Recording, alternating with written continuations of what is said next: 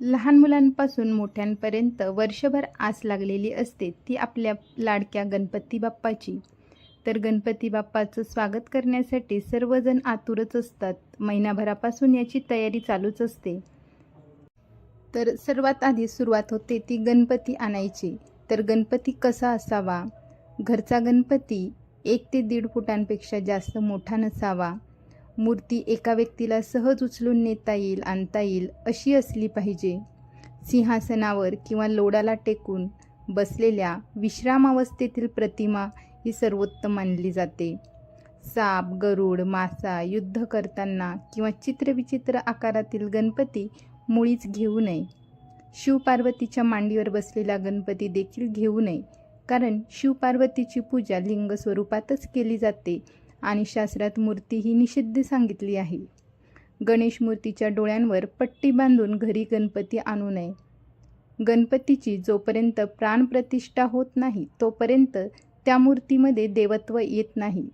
तोवर ती मूर्ती केवळ मातीची समजावी आणि नंतर घरी आणल्यावर विधिवत प्राणप्रतिष्ठा करावी। जर समजा मूर्तीची प्राणप्रतिष्ठा करण्या अगोदरच काही कारणास्तव मूर्तीचा भंग झाला तर अजिबात घाबरू नये। त्या मूर्तीस दहीभाताचा नैवेद्य दाखवून त्वरित तिला विसर्जित करावे आणि दुसरी मूर्ती आणून तिची प्राणप्रतिष्ठा करावी आणि मनात कुठलाही भय किंवा शंका ठेवू नये।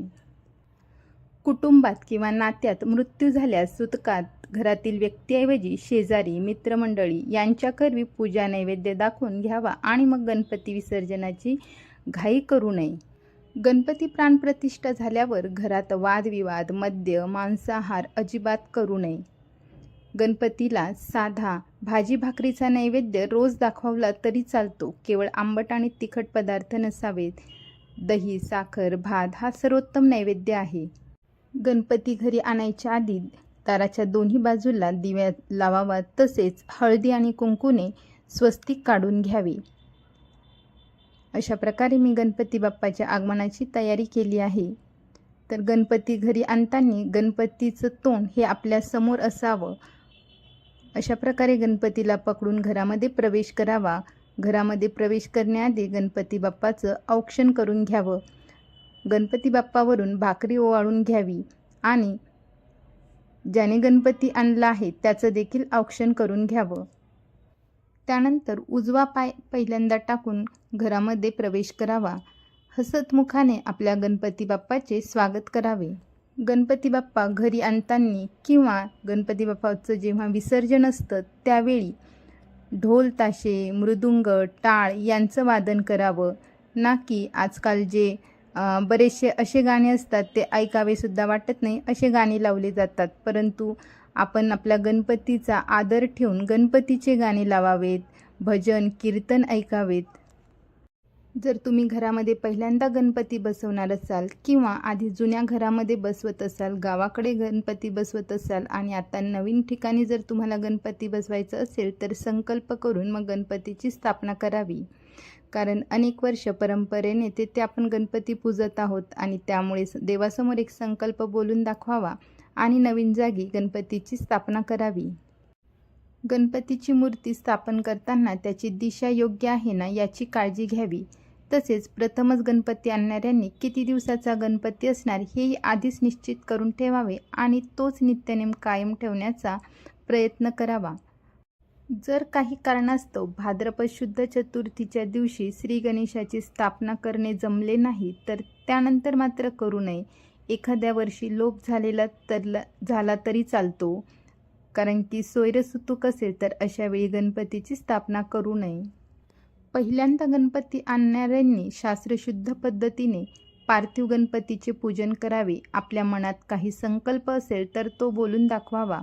गणपतीच्या आवडत्या वस्तू आणि नैवेद्य अर्पण करावे. आपल्या आप्तेष्टांना आपल्या घरी बोलून आरत्या करून जागरण करावे. आपापले कुळाचार कुळधर्म पाळून गणपतीची मनोभावे सेवा करावी. बऱ्याच जणांना प्रश्न पडत असेल की गणपतीची बरेच लोक एवढी मनोभावे का सेवा करतात, हा उत्सव का एवढा साजरा करतात, काय विशेष आहे. तर याचे रहस्य उलगडून पाहणाऱ्याला ती मूर्ती आपल्या दिव्य प्रताप दाखविण्याला, आपला दिव्य सिद्धांत सांगण्याला व आपले दिव्य सामर्थ्य दाखवायला आजही तयार आहे. पण ते घेण्यासाठी जिज्ञासू भक्त ज्ञाता मात्र हवा. देवतेच्या मूर्तीची उपासना करण्याचा मुख्य हेतू आपल्या शारीरिक शक्तीच्या आणि पंचज्ञानेंद्रिय शक्तीच्या बाहेर अद्भुत सामर्थ्याने आपला ऐहिक हेतू पूर्ण व्हावा हाच असतो. या जगातील कोणत्याही व्यक्तीला कोणतेही कार्य घेण्याला इच्छाशक्तीचीच प्रथम गरज लागते. ती इच्छाशक्ती आपल्या मानसिक शक्तीवरच अवलंबून असते. म्हणून आपली मानसिक शक्ती जितकी शुद्ध, जितकी सामर्थ्यवान झाली असेल तितके अद्भुत कार्य ती घडवेल. कोणतेही कार्य आरंभ करण्यापूर्वी आपल्या धर्मामध्ये गणपतीची पूजन केले जाते. तर तिचा उद्देश हाच की त्या कोणत्याही कार्यात देवी शक्तीचे सहाय्य मिळून स्वीकृत कार्य निर्विघ्नपणे पूर्णत्वास जावे. कारण की गणपती बाप्पा हा विघ्नहर्ता आहे आणि म्हणूनच ते गणपतीच्या पूजनेनेच कसे पूर्णत्वास जाते हे आपल्याला माहीतच आहे. जसं गणपती बाप्पाने वेगवेगळ्या असुरांना युद्धामध्ये पराभूत केले, तसेच आपण आपल्या क्रोधासूर, कामासूर असले जे आसुरी स्वभाव आहे, प्रवृत्ती आहे, ती नाश करण्याचा प्रयत्न आपण सर्वांनी केला पाहिजे. तर आपण आता बघूयात की आपल्याला पूजेसाठी काय काय साहित्य लागणार आहे. तर सर्वात प्रथम पंचामृतमध्ये साखर, मध, दूध, दही, तूप हे पंचामृत एकत्र केलेलं आणि गूळ खोबऱ्याचा नैवेद्य. त्यानंतर गणपती बाप्पासाठी कापसाचे वस्त्र किंवा आपण जे विकत घेतलेले वस्त्र असतात, माळा असतात त्या. त्यानंतर हळकुंड, सुपारी, खारीक, बदाम, गणपती बाप्पाच्या आरतीसाठी छान सजवलेलं ताट, वेगवेगळे फुलं, पत्री, वेगवेगळी 5 प्रकारची फळं आणि ज्या ठिकाणी आपण गणपती बाप्पाची स्थापना करणार आहोत त्या ठिकाणी लाल वस्त्र अंथरून त्यावर स्वस्तिक तांदूळाने किंवा गव्हाने काढून घ्यावे.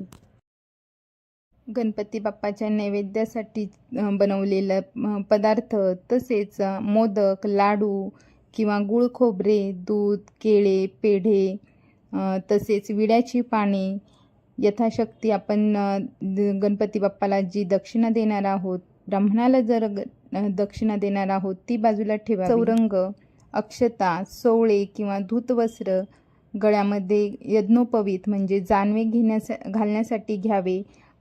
तांब्या भरून पाणी घ्यावे. पळी भांडे, ताम्हण, दिवा, समई, पंचामृत, त्यानंतर हळदी, कुंकू, सिंदूर, गुलाल अशा प्रकारे आपलं सर्व जे सामान साहित्य आहे ते जवळ करून घ्यावे. दुर्वांच्या जुड्या जवळ करून घ्याव्या. सर्वात प्रथम गोमूत्र शिंपडून 4 दिशेला शिंपडवावे आणि ती जागा शुद्ध करून घ्यावी. त्यानंतर गंगाजल शिंपडून घ्यावे. आपण जो कलश स्थापन करणार आहोत त्या कलशामध्ये देखील गंगाजल थोड्याशा प्रमाणामध्ये टाकून घ्यावे. सकाळी जे लोक पूजा करणार आहेत त्यांनी सकाळी लवकर उठून स्वच्छ कपडे घालून, सोवळे किंवा व्यवस्थित वस्त्र घालून, डोक्यावर टोपी घेऊन मग गणपती बाप्पाची स्थापना करावी. गणपती बाप्पाची स्थापना करण्याच्या वेळेस गणपतीला व्यवस्थित आधी स्थान द्यावं आणि गणपती आत्ताच एक वेळा हलवून घ्यावा. एक वेळा स्थापना झाल्यानंतर गणपती बाप्पाला हलवता येत नाही. सर्वात प्रथम आचमन करावे. ओम केशवाय नमः, ओम नारायणा नमः, ओम माधवाय नमः असे 3 वेळा एक पळी पाणी उजव्या तळहातावर घेऊन प्राशन करावे आणि चौथ्या ओम गोविंदाय नमः नावाने हात धुवावे. त्यानंतर प्राणायाम करून घ्यावा. ओम भूर्भुवस्सुः तस्य वितुर्वरेण्यं भर्गो देवस्य धीमहि धियो यो न प्रचोदयात. त्यानंतर गणपती बाप्पांना तसेच सर्व देवांना हात जोडून नमस्कार करून घ्यावा आणि सुरुवातीला संकल्प करून घ्यावा.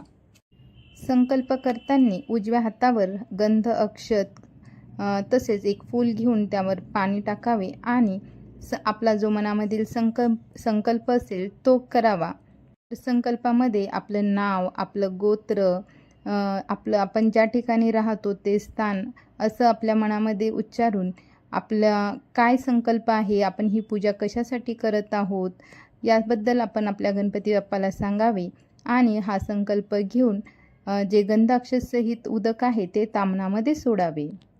साध्या सोप्या भाषेमध्ये जसं की माझं नाव सविता लांजेवार आहे, मी मीरा रोडला राहते आणि माझ्या सहकुटुंबासोबत सहपरिवाराला दीर्घायुष्य, आरोग्य, ऐश्वर्य, क्षेम, स्थैर्य सर्व लाभू दे यासाठी मी तुझी प्रार्थना करत आहे, पूजा करत आहे असं म्हणून संकल्प करावा. आणि त्यानंतर गणपती बाप्पाची प्रार्थना करावी. वक्रतुंड महाकाय सूर्यकोटी समप्रभ निर्विघ्नं कुरु मे देव सर्व कार्येषु सर्वदा श्री महागणाधिपतये नमः निर्विघ्नं कुरु. बरेच जण पूजा करण्याच्या आधी षडंगन्यास देखील करतात. त्यानंतर मग कलश पूजन करावे. कलश पूजन करताना सर्वात आधी कलशावर हात ठेवून पुढील मंत्र म्हणावा. कलशस्य मुखे विष्णू कंठे रुद्र समाश्रिता मूले तत्र स्थितो ब्रह्मा मध्ये मातृगणा स्मृता. म्हणजेच कलशाच्या मुखाशी विष्णू, कंठाशी रुद्र आणि मुळाशी ब्रह्मा स्थित असतात, म्हणून आपण कलशाची स्थापना करायची आहे. कलशामधील जे पाणी आहे ते सागराचं पाणी आहे, त्यामध्ये वेगवेगळ्या नद्यां समावित आहेत असं आपण मनामध्ये म्हणावं. जसं की गंगा, गोदावरी, यमुना याचं पाणी मी आणलं आहे. आणि त्यानंतर कलशामध्ये एक नाणं, सुपारी, गंध, अक्षत, फूल आणि आंब्याची पाने किंवा खाऊची पाने ठेवून, खाऊची 5 पाने ठेवून श्रीफळ ठेवावे. ज्यांचा गणपती 10 दिवसांचा, 11 दिवसांचा आहे अशांनी आंब्याची पाने ठेवावी, ती व्यवस्थित 10 दिवस राहतात. आणि ज्यांचा 3-5 दिवसाचा गणपती असतो त्यांनी खाऊची पाने ठेवली तरी चालतात. त्यानंतर आपल्याला शंखपूजन करून घ्यायचं आहे. शंखाला गंध आणि फूल वाहून पाया पडून घ्यायचे आहे. शंखाला अक्षता किंवा तुळशीपत्र वाहू नये. शंख देवताभ्यो नमः. त्यानंतर घंटापूजन करावी. घंटेला गंध अक्षत फूल वाहून घंटा वाजवावी. घंटानादम कुर्यात. त्यानंतर आपल्याला दीपपूजन करून घ्यायचं आहे. एका फुलावर गंध अक्षत ठेवून समईला ते वाहायचे आहे. दीपदेवताभ्यो नमः. सर्वोपचारे गंध अक्षत पुष्पम समर्पयामी असं म्हणून दिव्याचा नमस्कार करून घ्यायचा आहे. त्यानंतर पूजा द्रव्य, आपण पूजेसाठी जे साहित्य घेतलं आहे आणि आपण स्वतः आत्मशुद्धी करून घ्यायची आहे. त्यासाठी तुळशीपत्र किंवा दुर्वांकुराने आपल्या अंगावर तसेच पूजा साहित्यावर उदक टाकायचे आहे. त्यानंतर एका फुलाला गंध, अक्षत वगैरे लावून ते आपण गणपती बाप्पाला वाहायचे आहे. कारण की आपल्याला आता प्राणप्रतिष्ठा करायची आहे. गणपती बाप्पाला नमस्कार करून घ्यावा. त्यानंतर एका दुर्वेला तूप लावून घ्यावे आणि सगळ्यात आधी गणपती बाप्पाच्या उजव्या डोळ्याला आणि नंतर डाव्या डोळ्याला ती दुर्वा लावायची आहे. असं केल्याने आपल्या पार्थिव गणपती बाप्पामध्ये प्राणप्रतिष्ठा होते असं म्हटलं जातं. त्यानंतर देवाला हात जोडून नमस्कार करून घ्यायचा आहे आणि देवाच्या ठिकाणी आता दैवी कला तेज प्रकट झाले आहे असे समजून देवाच्या गणपतीच्या चरणावर गंध अक्षत फूल समर्पण करून गूळ, केळ वगैरे कोणत्याही एका पदार्थाचा नैवेद्य दाखवायचा आहे आणि नमस्कार करायचा आहे. उजव्या तळहातावर अक्षता घेऊन वक्रतुंड महाकाय सूर्यकोटी समप्रभ निर्विघ्नं कुरु मे देव सर्व कार्येषु सर्वदा असं म्हणून गणपती बाप्पाला अक्षता वाहून नमस्कार करून घ्यायचा आहे. त्यानंतर पुन्हा एकदा आपल्याला गणपती बाप्पाचं ध्यान करायचं आहे. श्री गणेशाची मूर्ती आपल्या समोर आहे आणि मग आपण पुढील मंत्र म्हणून देवाचं स्मरण करायचं आहे. ओम एकदंताय विघ्नहे वक्रतुंडाय धीमहि तन्नो दंती प्रचोदयात. एकदंतं शूर्पकर्णं गजवक्त्रं चतुर्भुजं पाशमंकुशधारं देवं ध्यायेत सिद्धिविनायकं. श्री पार्थिव महागणपतये नमः. ध्यानं समर्पयामी असे म्हणून देवाला पुष्प समर्पण करायचं आहे किंवा दुर्वांकूर व्हायचे आहे आणि पुन्हा एकदा नमस्कार करून घ्यायचा आहे. त्यानंतर आपल्याला गणपती बाप्पाचे आवाहन करायचे आहे. तर आपल्या हातामध्ये दुर्वांकूर किंवा अक्षता घेऊन देवाला विनवणी करायची आहे. हे गणराया, हे महागणपती, तू आमच्या घरी ये. मी तुला आवाहन करतो, तू आमच्या घरी ये. मी तुझी सेवा करेल, आमच्या घरी राहा. असं म्हणून गणपती बाप्पाला दुर्वांकूर समर्पित करायचे आहे. पुन्हा एकदा पाया पडून घ्यायचे आहे.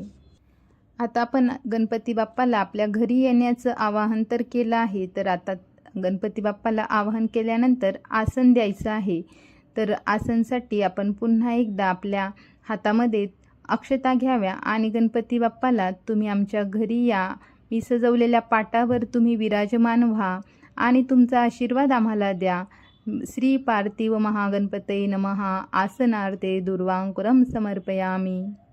असं म्हणून दुर्वांकूर किंवा अक्षता गणपतीच्या पायाजवळ व्हायचे आहे.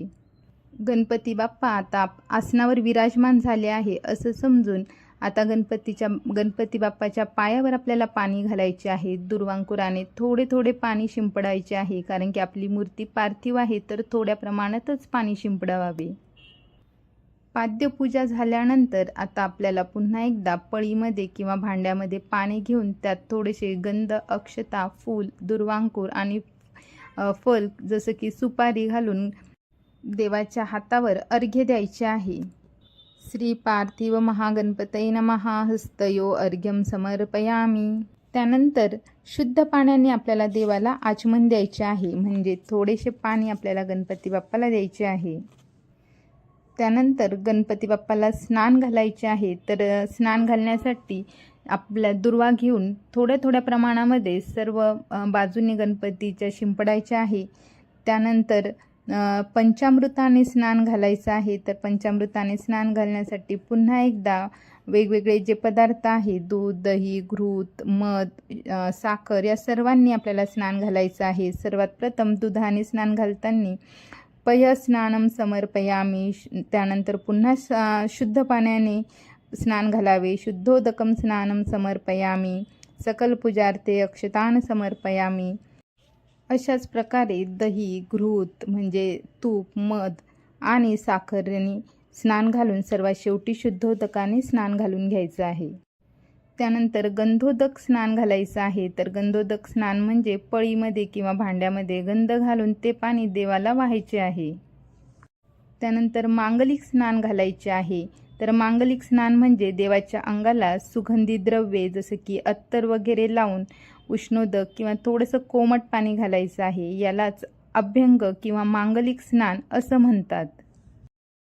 तर एका फुलावर अत्तर लावून ते फूल मी आता अर्पण केले आहे. आता देवाला आपण नाममंत्राने पंचोपचार वाहायचे आहे. यालाच पूर्वपूजा असं म्हणतात. श्री पार्थिव महागणपतये नमः. विलेपनार्थे चंदन समर्पयामी. गणपतीला गंध लावायचा आहे. श्री पार्थिव महागणपतये नमः. पूजार्थे पुष्पाणी समर्पयामी. आपण जी आणलेली फुले आहेत, जास्वंद किंवा दुर्वा, हे सर्व आपल्याला वाहून घ्यायचे आहे. गणपती बाप्पाला आजच्या दिवशी दुर्वा आणि जास्वंदाचे फूल जरूर वाहावी, कारण की गणपती बाप्पाला सर्वात प्रिय आहे दुर्वा आणि जास्वंदाचे फूल. त्यानंतर श्री पार्थिव महागणपतये नमः. धूपम समर्पयामी. धूप दाखवायचा आहे. अगरबत्ती किंवा धूपने आपल्याला गणपती बाप्पाला ओवाळून घ्यायचे आहे. श्री पार्थिव महागणपतये नमः. दीपम समर्पयामी. निरांजनाने ओवाळून घ्यायचे आहे. त्यानंतर श्री महापार्थिव गणपतये नमः. नैवेद्यार्थ पय, रंभाफल अथवा गुडोपहार नैवेद्यम समर्पयामी. असं म्हणून दूध, केळ, गूळ यांचा नैवेद्य दाखवायचा आहे. नैवेद्य दाखवताना पुढील मंत्र म्हणावा. ओम प्राणाय स्वाहा. ओम अपानाय स्वाहा. ओम व्यानाय स्वाहा. ओम उदानाय स्वाहा. ओम समानाय स्वाहा. ओम ब्रह्मणे स्वाहा. असं म्हणून पाणी सोडायचे आहे. श्री पार्थिव महागणपतये नमः. उत्तरापोषणम समर्पयामी. हस्तप्रक्षालनम समर्पयामी. मुखप्रक्षालनम समर्पयामी. त्यानंतर विड्याची 2 पाने, त्यावर सुपारी आणि दक्षिणा ठेवून त्यावर पाणी सोडायचे आहे. त्यानंतर आपल्याला गंध अक्षत फूल पुन्हा वाहून घ्यायचे आहे आणि उदक सोडून नमस्कार करून घ्यायचा आहे. आपल्याला आता महाअभिषेक करायचा आहे, तर आपण आधी वाहिलेली फुले आहेत ती उत्तरेकडे काढून ठेवायची आहे आणि पूजेनंतर देवावर अभिषेक करायचा आहे. अभिषेक करताना देवावर मधून दुर्वांकुराने पाणी शिंपडायचे आहे. अभिषेकच्या वेळी पुरुष सूक्त किंवा गणपती अथर्व शीर्ष म्हणावे. गणपती अथर्व शीर्ष बऱ्याच जणांना माहीत असते किंवा पुस्तकात देखील असते, ते म्हटलं तरी उत्तमच आहे. गणपती अथर्व शीर्ष म्हणताना अधूनमधून दुर्वांकुराने पाणी शिंपडत राहावे. गणपती अथर्व शीर्षाची 21 आवर्तने करणे असेल तर ओम नमस्ते गणपतये येथपासून तर वरदमूर्तये नमः इथपर्यंत 20 आवर्तने म्हणावी आणि शेवटच्या 21व्या आवर्तनाच्या वेळी संपूर्ण जे गणपती अथर्व शीर्ष आहे ते म्हणावे, कारण की शेवटी जे आहे ते फलप्राप्ती सांगितलेली असते. त्यानंतर थोडेसे तांदूळ घेऊन गणपतीच्या माथ्यापासून पायापर्यंत अक्षता वाहाव्यात. आता त्यानंतर आपल्याला वस्त्रादी पूजा करायची आहे. तर आपण जे गणपतीसाठी वेगवेगळे वस्त्र आणलेले आहेत, कापसाचे वस्त्र किंवा आपण आपल्या आवडीनुसार जे वस्त्र आणलेले आहेत ते वस्त्र आपल्याला गणपती बाप्पाला अर्पण करायचे आहेत. तर गणपतीचे वस्त्र व्यवस्थित घालावे. वस्त्र नसेल तर दुर्वांकूर किंवा अक्षता वाहाव्यात आणि देवाच्या हातावर पळीभर पाणी द्यावे. श्री पार्थिव महागणपतये नमः वस्त्रं समर्पयामि वस्त्रार्थे दुर्वांकुरम अक्षतात समर्पयामि आचमनीयम समर्पयामि. त्यानंतर उपवस्त्र म्हणजे देवाला यज्ञोपवीत जानवे व्हायचे आहेत. तर जानवे घालताना उजव्या खांद्यावरून डावीकडे येईल अशा प्रकारे घालावे आणि सोंडे खालून आले तर अतिउत्तम. त्यानंतर आपण गणपती बाप्पासाठी जे काही वेगवेगळे अलंकार आणले आहेत, वस्त्र, उपवस्त्र, शेला, हे सर्व आपण आता व्हायचे आहेत किंवा नसेल आणलं तरी काही हरकत नाही. गणपती बाप्पाला गंध लावायचा आहे. देवाला रक्तचंदन, तांबडे गंध फार आवडते. श्री पार्थिव महागणपतये नमः चंदनम समर्पयामि. त्यानंतर रिद्धिसिद्धीची सुद्धा पूजा करायची आहे. हळद, कुंकू, काजळ, बांगड्या, मणी, मंगळसूत्र, दागिने वगैरे सर्व आपल्याला अर्पण करायचे आहे. वेगवेगळे अलंकार जर आणले असेल तर ते आपल्याला घालायचे आहे आणि नसतील आणले तर त्याऐवजी अक्षता व्हायच्या आहेत. गणेश चतुर्थीच्या दिवशी गणेशाची महापूजा झाल्यावर विसर्जनाच्या दिवसापर्यंत रोजच्या पूजेमध्ये फक्त हळद, कुंकू, सिंदूर हे 3 उपचार करायचे आहे आणि आजची जी पूजा असते ती षोडशोपचार पूजा असते. रोजच्या पूजेमध्ये ऋतूमध्ये जी फुलं उपलब्ध असतील ती आपल्याला देवाला भक्तीने समर्पित करायची आहे. गणेशाला इतर वेळी कधीही तुळस वाहत नाही, परंतु आजच्या दिवशी तुळस, बेल आणि दुर्वा ह्या वाहिल्या जातात. आयुर्वेदामध्ये देखील तुळस, बेलपत्र आणि तुळशीला फार महत्त्व आहे. आजचा जो काळ असतो, आता सध्याचा पावसाळा, तर यामध्ये तापाचे बरेचसे पेशंट असतात. तर यामध्ये तुळशी, दुर्वा आणि बेलाचं जर तुम्ही स्वरस पिला तर ताप जो आहे तो कमी व्हायला मदत होते. आजच्या दिवशी गणपती बाप्पाला शमीपत्र देखील वाहिले जाते. तर शमीपत्र गणपती बाप्पाला वाहताना श्री पार्थिव महागणपतये नमः शमीपत्राणी समर्पयामि असं म्हणून शमीपत्र वाहावे.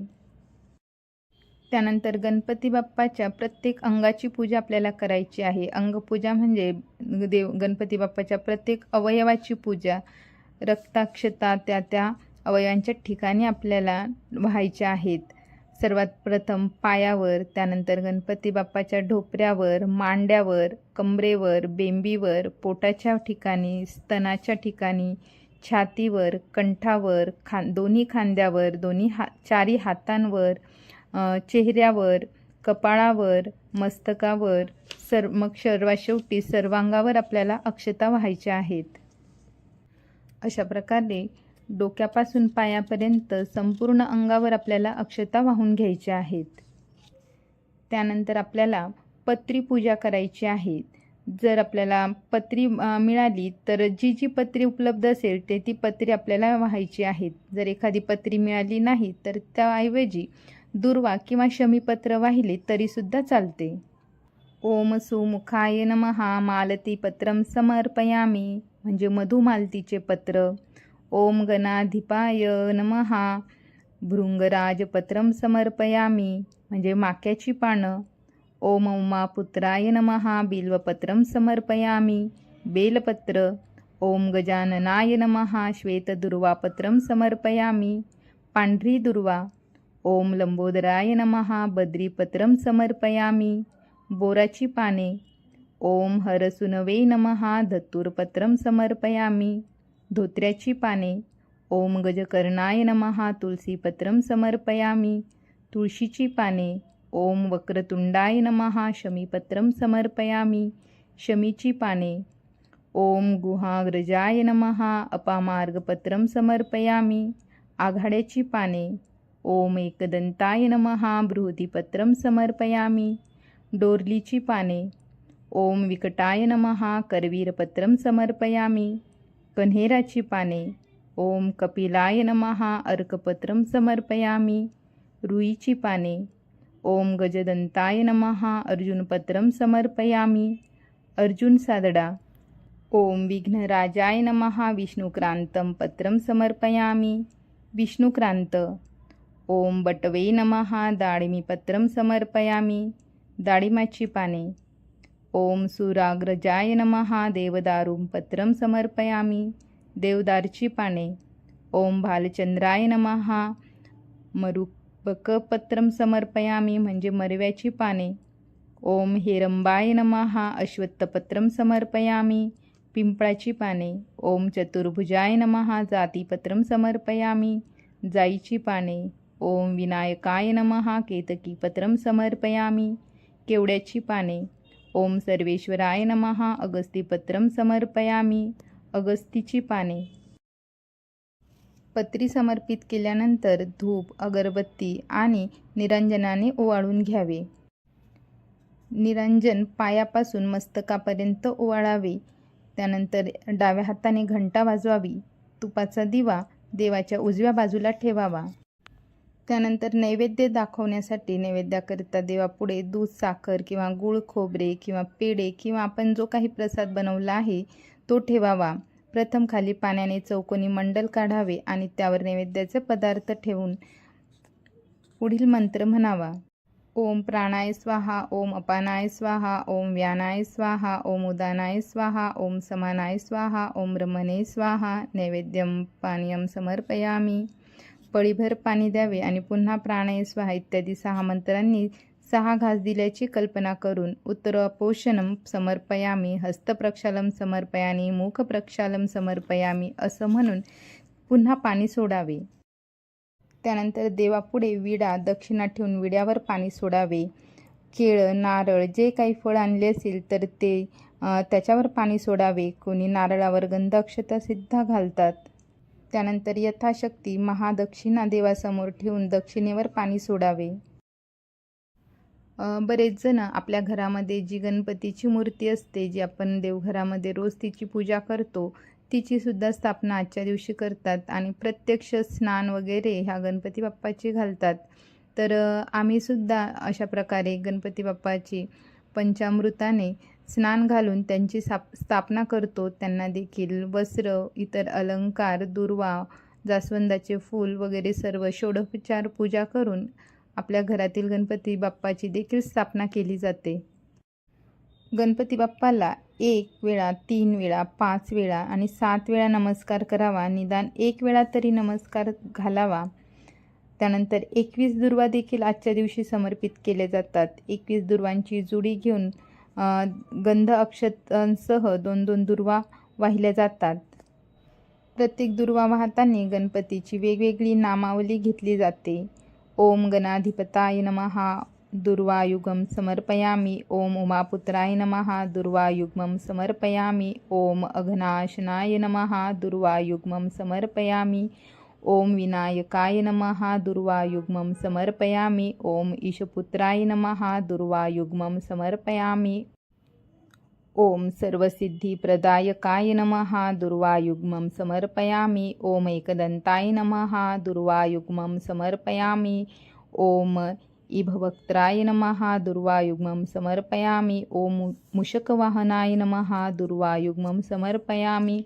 ओम कुमारगुरुवे नमः दुर्वायुग्मं समर्पयामि. ओम गणाधीप नमस्ते अस्तु. उमापुत्राय गणानाशाय विनायकेश पुत्रेति सर्वसिद्धिप्रदायका एकदन्ते भवक्त्रिति तथा मूषकवाहन कुमारगुरुवे तुभ्यं पूजयामि प्रयत्नता. श्री पार्थिव महागणपते नमः. एकां दुर्वां समर्पयामि. सर्वात शेवटी आपल्याला मंत्राने गंध अक्षतांसह ओंजळीमध्ये पुष्प घेऊन पुष्पांजली म्हणायची आहे आणि मग ती शेवटी देवाच्या चरणांवर अर्पण करायची आहे. त्यानंतर आपल्याला पुन्हा एकदा गणपती बाप्पाची प्रार्थना करायची आहे. हातामध्ये फुलं घेऊन हात जोडून प्रार्थना म्हणायची आहे की हे देवा गजानना, तुझे आवाहन कसे करावे, पूजन कसे करावे, कोणता उपचार कसा करावा, केव्हा व्हावा, त्यावेळी कोणते मंत्र म्हणावे, ते शुद्ध की अशुद्ध हे मला कळत नाही. ही जी यथामती पूजा केली आहे ती पूर्ण करून घ्या. सर्वस्वी अपराधी असा मी शरण आलो आहे. देवा आम्हाला क्षमा करा. आम्ही आपल्या चरणकमलांचा दास आहे असे समजून माझे सपरिवार रक्षण करा. अशी जगन्यंत्या श्री गजाननाची पार्थिव गणपतीची अनन्य भावाने प्रार्थना करून चरणी मस्तक ठेवून कृतार्थ व्हायचे आहे. पुन्हा एक वेळा आपल्याला गणपती बाप्पाला अर्घ्य प्रदान करायचे आहे आणि पुन्हा मग पाण्यामध्ये गंधाक्षता फूल घालून उजव्या हातावर काही द्रव्य आणि सुपारी घेऊन त्यावर पाणी घालून अर्घ्य आपल्याला पुन्हा 3 वेळा असे करायचे आहे आणि हे अर्घ्य ताम्हणामध्ये सोडायचे आहे. त्यानंतर घरातील सर्वांनी मिळून गणपती बाप्पाची आरती करून घ्यायची आहे. त्यानंतर सर्वांना तीर्थ द्यायचं आहे. अभिषेकाचे आणि पंचामृत स्नानाचे जे तीर्थ असतात ते पळीभर प्राशन करायचे आहे. यामुळे अकाल मृत्यू हरणम सर्व व्याधी विनाशनम देव पादोदकम तीर्थ जठरे धारयाम्यहम. इतके हे महत्त्व ह्या पंचामृताचे आणि अभिषेकाचे पाण्याचे आहे. त्यालाच आपण तीर्थ असे म्हणतो. त्यानंतर ब्राह्मण पूजा करायची आहे. अनेक जणांच्या घरी गणेश चतुर्थीच्या दिवशी आपला गणपती स्थापनेसाठी बरेच जण ब्राह्मण बोलवतात, तर त्यांना त्यांच्या नावाने विडा, नारळ, महादक्षिणा काढून ठेवायची आहे आणि ती त्यांना द्यायची आहे. जर नसेल बोलवलं तर एखाद्या ओळखीच्या ब्राह्मणाच्या घरी जाऊन आपल्याला ती महादक्षिणा, नारळ आणि विडा द्यायचा आहे. त्यावर गंध, अक्षता आणि फुलं वाहायची आहे. तर अशा प्रकारे मी आमच्या घरच्या गणपती बाप्पाची प्राणप्रतिष्ठा आणि पूजा केली आहे. तुम्हा सर्वांना गणपती बाप्पा दीर्घायु, क्षेय, शांती, तुष्टी, पुष्टी अर्पण करो. शुभम भवतु.